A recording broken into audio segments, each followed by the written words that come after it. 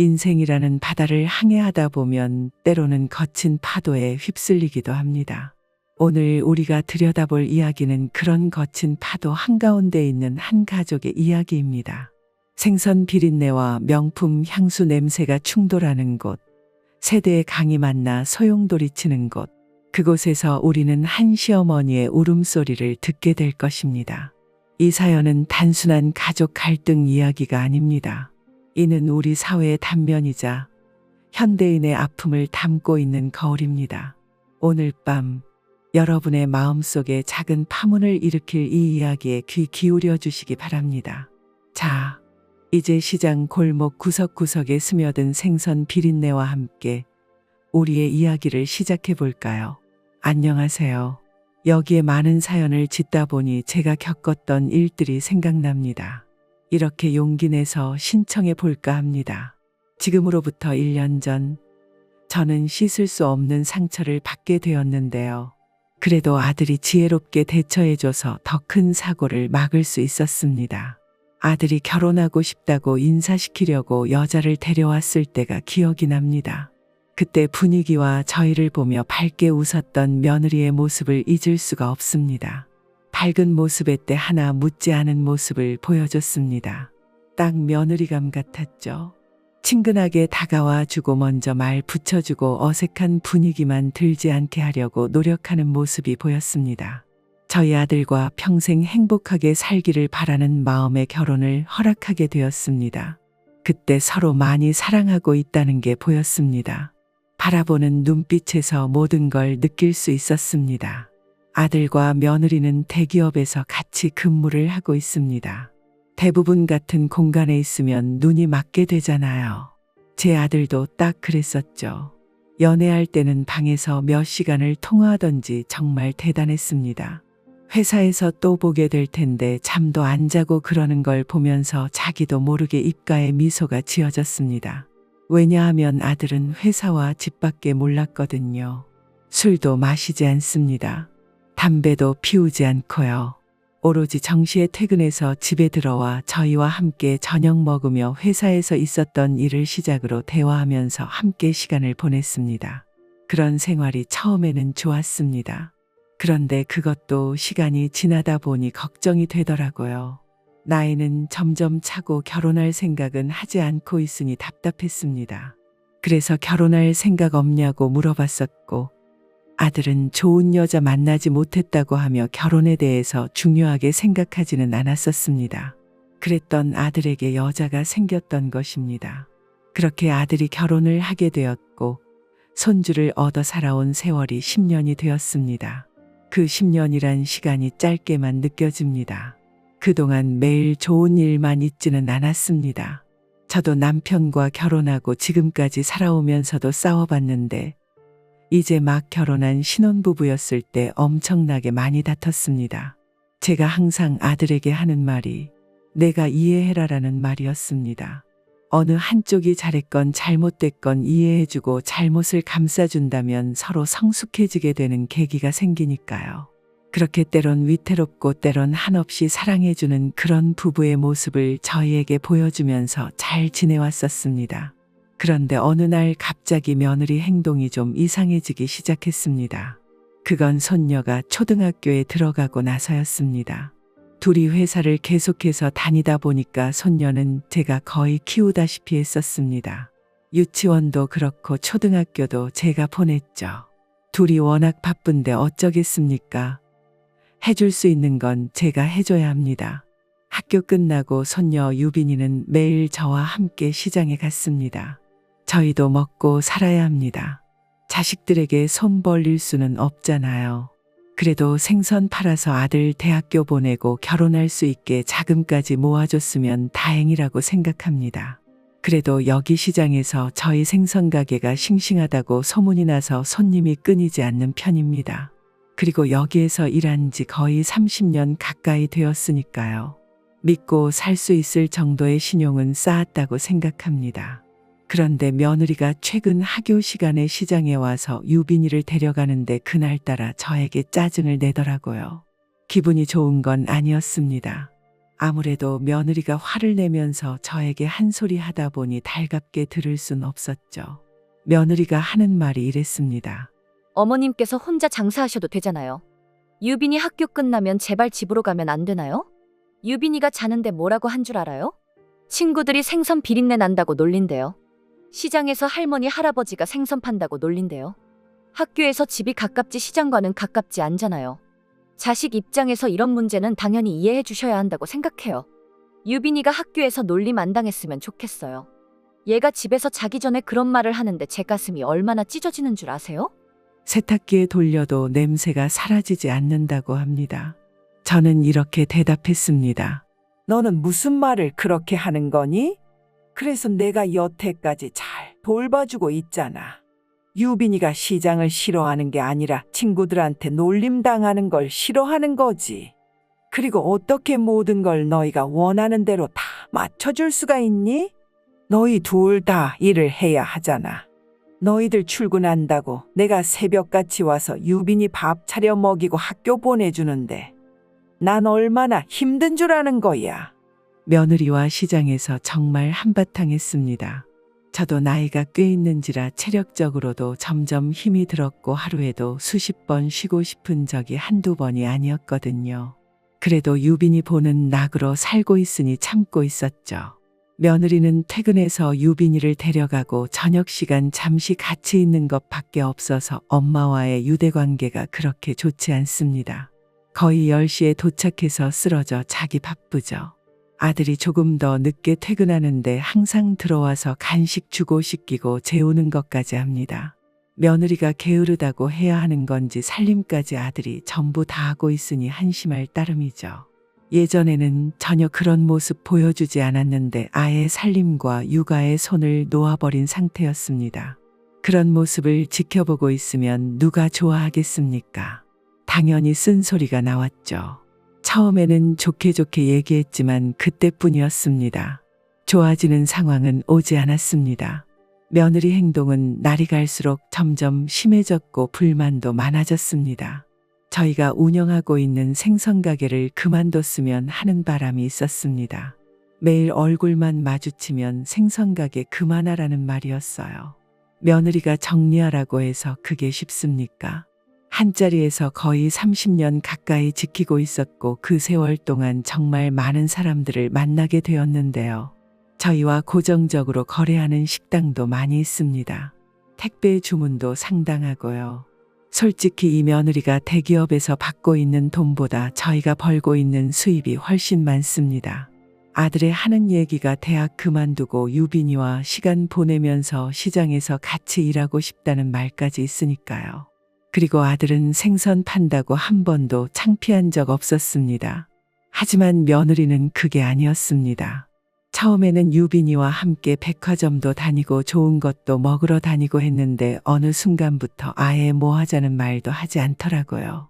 그래서 제가 백화점이나 맛있는 거 먹으러 가자고 먼저 얘기한 적도 있었습니다. 그런데 며느리가 하는 말이 제 몸에서 비린내 난다고 같이 다니기가 너무 창피하다는 것이었습니다. 저는 명품 같은 거 없이 그냥 적당한 거 걸치고 다니거든요. 하지만 며느리는 온몸이 명품으로 덮여 있습니다. 아들과 며느리는 돈 관리는 따로 하고 있습니다. 생활비는 서로 나눠서 지불하고 있지만 며느리 씀씀이 때문에 거의 아들이 생활비 전부를 내고 있는 것 같더라고요. 아무래도 예민한 문제라서 모든 걸 혼자 결제하지 말라고 몇 번을 얘기한 적도 있었습니다.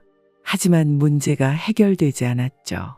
저도 참고 참았던지라 몸에서 냄새 난다고 같이 다니기 창피하다고 얘기하는 순간 며느리에게 화를 냈고 그날이 아마 제일 크게 싸웠던 것 같습니다.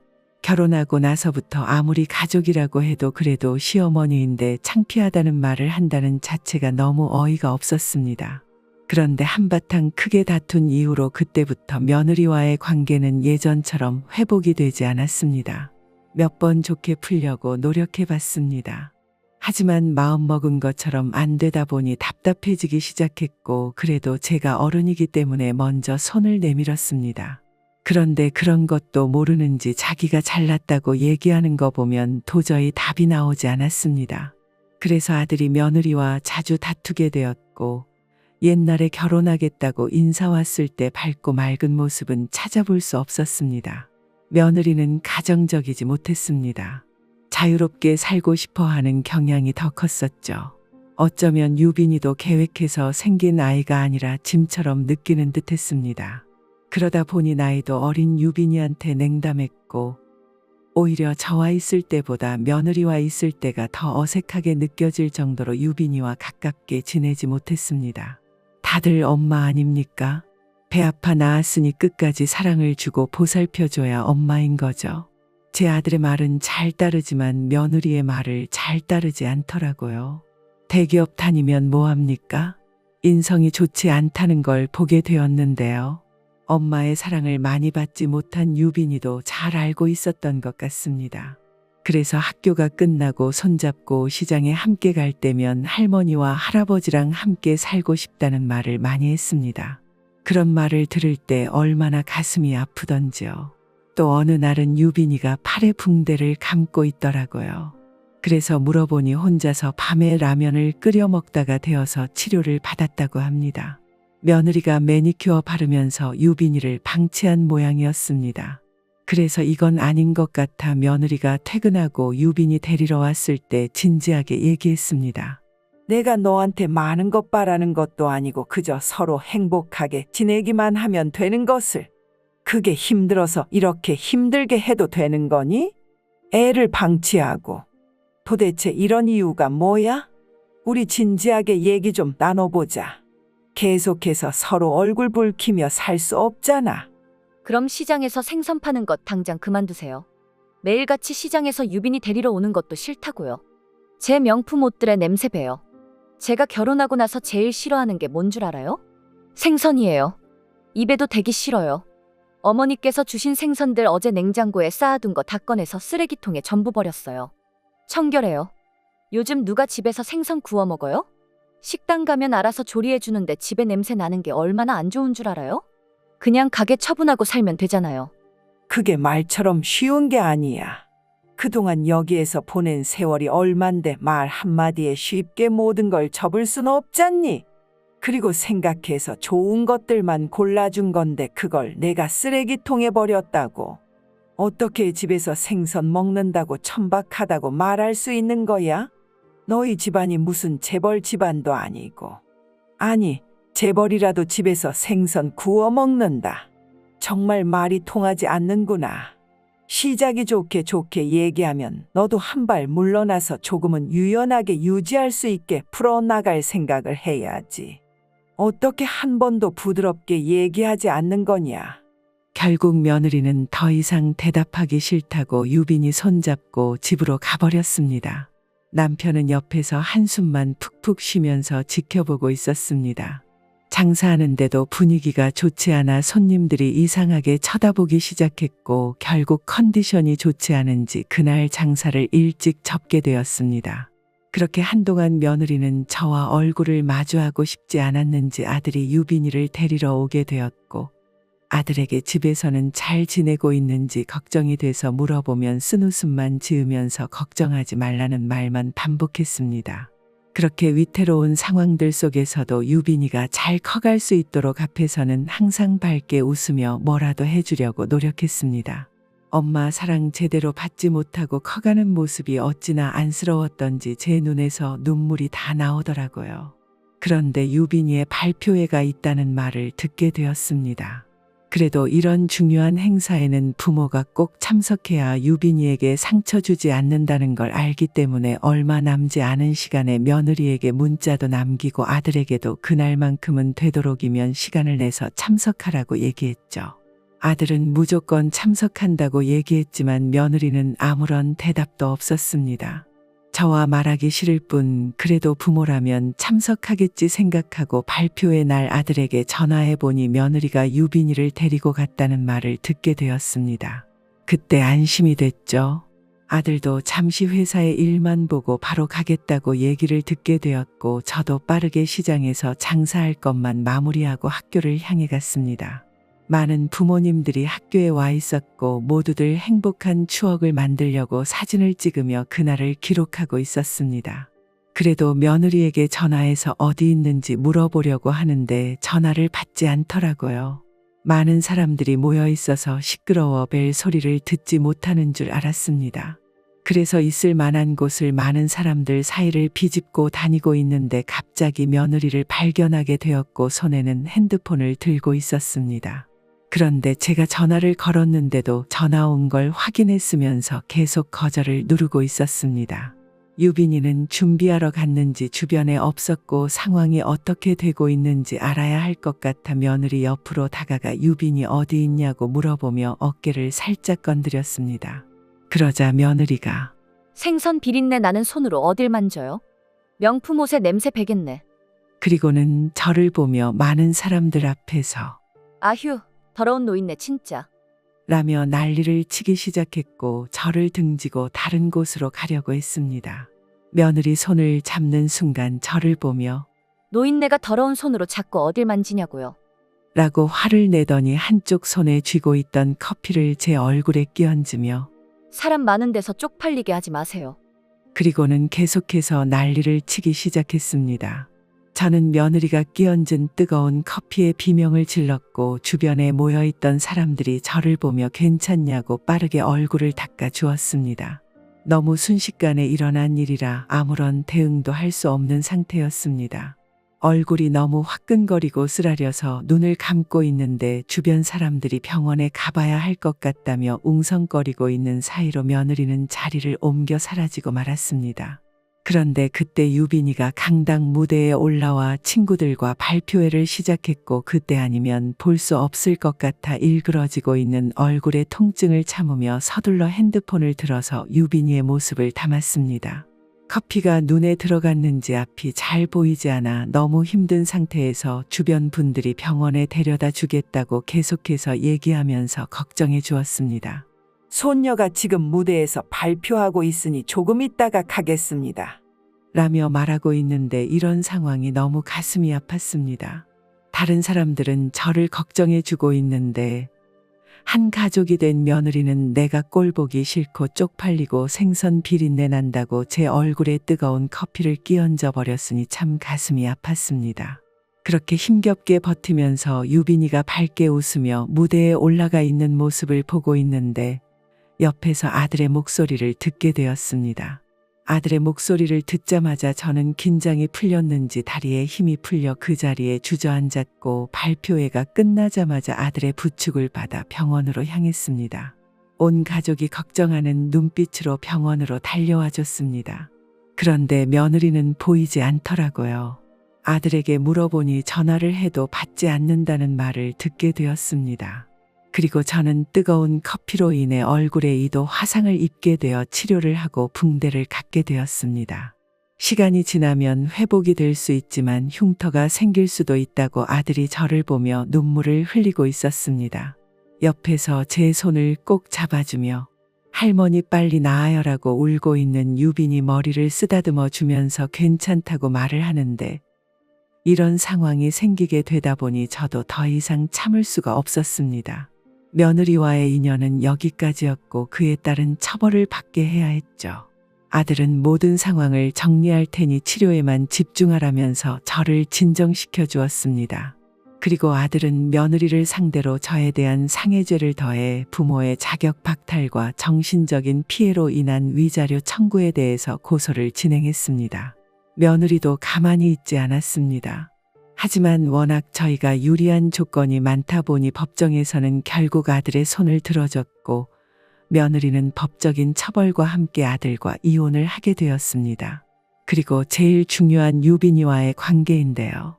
우선적으로 유빈이의 의사가 제일 중요했습니다. 그리고 어느 가정 환경에서 살아야 안정적으로 살 수 있는지 고려하게 되었고 며느리는 자기가 배 아파 낳은 자식이니 자기와 함께 있어야 한다며 고집을 부리기 시작했습니다.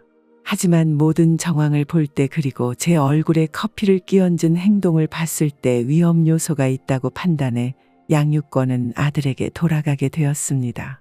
유빈이도 아버지와 함께 살기를 원하고 있다는 게 제일 컸었죠.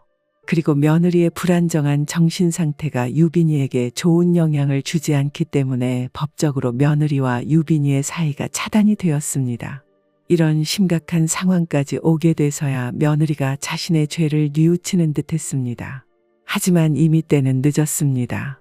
며느리는 상해죄로 인해 징역 1년 6개월을 선고받았고 재판 때 법정에서도 이 문제 때문에 무릎을 꿇고 용서를 빌며 싹싹 빌었지만 그동안 저희가 받았던 정신적인 스트레스와 그리고 제가 상처를 많이 받게 된 아들의 며느리에 대한 분노는 사그라들지 않았습니다. 그런데 이 문제가 더 큰 문제를 일으키게 될 거라곤 정말 생각하지도 못했습니다. 며느리가 징역을 살게 된 지 2개월쯤 지난 시점에 제 얼굴도 어느 정도 회복이 되어 일상생활하는 데 문제가 없었습니다. 여느 때와 마찬가지로 일을 하고 있는데 아들에게 전화가 와서 받게 되었습니다. 그리고 수화기에서 들려온 말은 사돈 내외가 기차 사고로 전복이 되는 사고가 나게 되면서 두 분 다 세상을 떠나게 되었다는 것이었고 저는 엄청난 충격을 받고 말았습니다. 며느리가 징역을 살게 된 이후부터 정신적으로 버틸 수가 없어서 두 분이서 매일 술에 의지해 왔는데 제정신이 아닌 상태에서 운전을 하게 되었고 결국 차량이 전복되는 사고까지 이어지게 되었던 겁니다. 이런 사실에 앞이 캄캄했습니다. 이 사실을 알려야 했기 때문이죠. 아직 법적으로 이혼 처리가 되지 않았던 아들이 그래도 사위라고 잘 대해줬던 관계 때문인지 대신 장례 절차를 진행하려고 했습니다. 이 사실을 그래도 알려줘야 할 것 같아 남편과 함께 며느리를 면회했고 고개를 떨군 채 추슬러 보이는 모습으로 저희 앞에 모습을 드러냈습니다. 그리고 남편이 며느리에게 사돈분들께서 사망하셨다는 서류를 조심스럽게 건네서 보여줬습니다. 인상을 찌푸리며 남편이 들고 있는 서류를 읽어 내려가다가 찰퍽 주저앉아 얼이 빠진 상태로 눈물을 흘렸고 자신의 잘못으로 인해 이런 상황까지 오게 된 걸 후회하고 있는지 땅을 치며 통곡하기 시작했습니다. 며느리는 특별 귀유 신청으로 외출을 받게 되었고 교도소에서 나와 아들의 도움으로 장례를 치르게 되었습니다. 과거의 잘못들이 어찌 되었든 간에 사람으로서 해주어야 할 부분은 해야 한다고 판단을 하게 되었습니다. 며느리는 자기 부모의 상을 치르고 다시 수감 생활을 하고 있습니다.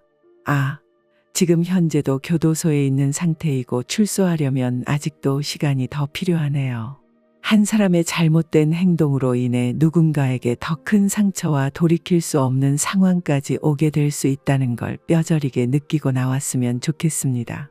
가끔 유빈이에게 자기 전에 물어봅니다. 엄마 안 보고 싶냐고요. 가슴 아프게도 유빈이는 지금 현재 아빠랑 할머니, 할아버지랑 함께 살고 있는 게 훨씬 좋다는 말을 하네요. 참 씁쓸합니다. 유빈이의 속마음이 어떤지 모르겠지만 벌써 성숙해져 버린 것 같아 마음이 아픕니다. 여기까지가 제가 겪었던 사연입니다. 여러분들께서도 만약 제 못한 부분이 있다면 최대한 빨리 바로 잡으시길 바랍니다. 자신의 잘못된 행동으로 인해 정말 돌이킬 수 없는 상황까지 오게 될 수 있다는 걸 저도 이번 경험으로 뼈저리게 느끼게 되었습니다. 매일 반복되는 일상에 많이 지치더라도 항상 힘내시고 목표하고 있는 그날을 생각하며 하루하루 행복하게 사시길 바랍니다. 감사합니다. 우리는 살아가면서 크고 작은 갈등과 마주하게 됩니다. 특히 가족 관계에서의 갈등은 우리에게 더 큰 상처와 아픔을 남기기도 합니다. 오늘 여러분과 나누었던 이야기는 그런 한 시어머니의 가슴 아픈 사연이었습니다. 이 사연 속 가족들의 비극적인 결말이 우리 모두에게 경각심을 주었기를 바랍니다. 가족은 우리의 가장 소중한 울타리입니다. 서로를 이해하고 존중하며 작은 배려와 양보로 행복한 가정을 만들어 나가는 것이 얼마나 중요한지 다시 한번 생각해보는 계기가 되었으면 좋겠습니다. 여러분의 가정에는 언제나 사랑과 이해 그리고 행복이 가득하시기를 바랍니다. 시청해 주셔서 감사합니다. 구독과 좋아요 눌러주신다면 다음에 또 다른 사연으로 찾아오겠습니다.